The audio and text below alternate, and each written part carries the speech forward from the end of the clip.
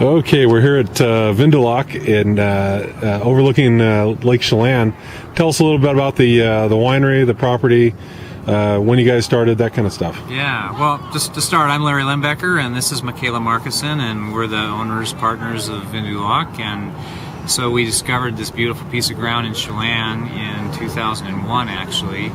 And I just always had this crazy dream I wanted to be in the wine business. So once I stepped out and saw this great piece of ground with these views, I just knew what I wanted to do. And so I kind of drug Michaela into it, maybe kicking and screaming a little bit. But now, you actually started with a different name. You were Chelan Wine Company for a while, right? Well, that's still our corporate name. Right. But, yeah, it just became very obvious there was going to be too much confusion because we have Chelan Cellar, Chelan Ridge, Chelan Estate, and more power to them, but we thought we'd better try to distinguish ourselves. Okay. So we're Wine of the Lake, Vin du Lac. Okay. And we've got the new AVA. It's been in place for a couple of months. Very exciting. How much vineyard land do you have personally here? Well, I have. I've actually got 35 acres of agricultural land, but I've only got about a fifth of that planted to vineyard so far. Because my first 7 acres I planted just very experimental, a dozen different varieties. Been kind of waiting to see, you know, what was going to work here, and so I'm ready to plant a lot more. So I've been sourcing fruit from other vineyards in the valley for my Lake Chelan Valley wines. Okay, and you said about 50% of your wines come from Chelan grapes? Yeah, as the percentage is going up every year, and so that's about right. The last couple of vintages, it's been about 50% Lake Chelan Valley or immediate surrounding areas is where we're sourcing fruit. I still source some fruit out of the Yakima Valley and out of the Wahluke Slope, primarily for the reds.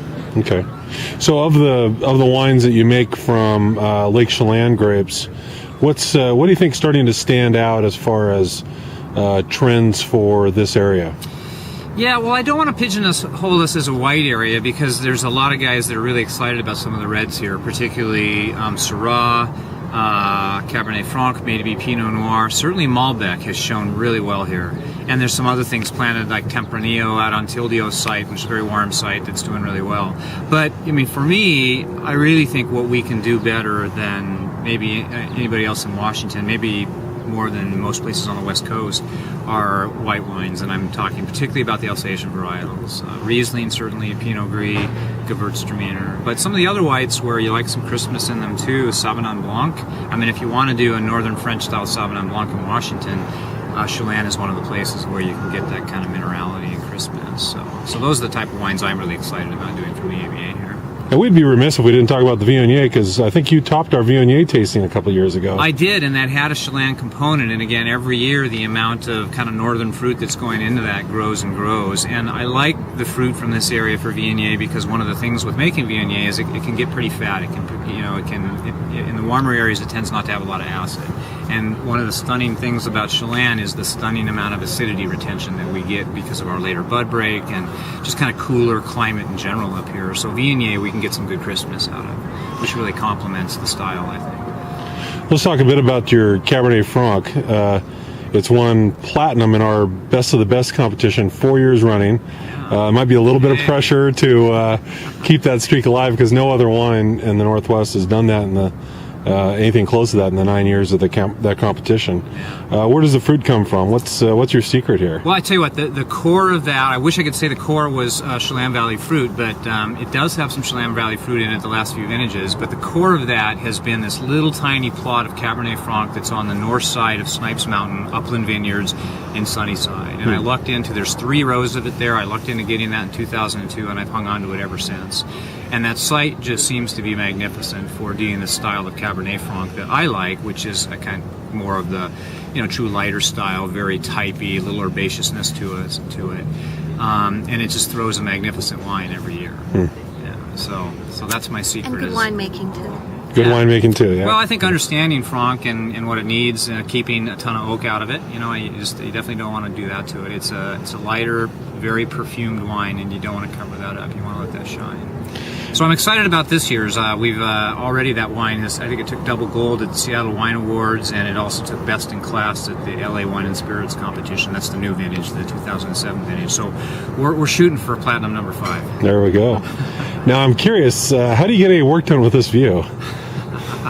Well, it's hard, but you know what? You show up here and you start looking around and you see all this stuff that needs done, and it's kind of, you know, we don't get to enjoy this view unless all the little things are taken care of. But it's definitely one of the things that I think we have in Chelan that we're proud of, is that we have this amazingly scenic environment that people like to just kind of hang out in and kick back in. And so we hope to make some world-class wines, and I think we're starting to, but we also offer, I think, something with the wine touring experience that is fairly rare in terms of what you can find anywhere, really, not just in Washington. Well, and we just had lunch at the bistro here. That's got to help with that wine country ambiance as well. Well, it does, and I think that's something unique about Chelan, is that most of us, or a lot of us anyway up here, have really been inspired to try to create venues where people want to come and hang out for a while. So you don't just come to our tasting bar, taste the wines, buy the wines, and you're out of here. Most of the people that come to Vin du Lac hang out for an hour or two. We've got this great view to enjoy. We've tried to offer some nice food. It's an outdoor patio seating area. So we do what we can to entice people to hang out and to come back frequently. So I think, and again, it's not just our venue here in Chelan. There's, you know, upwards of half a dozen of us that offer these type of amenities, and it's an important part of the experience for us. Great. Yeah. Well, thank you very much. Hey, you bet. Thanks, Andy. All right.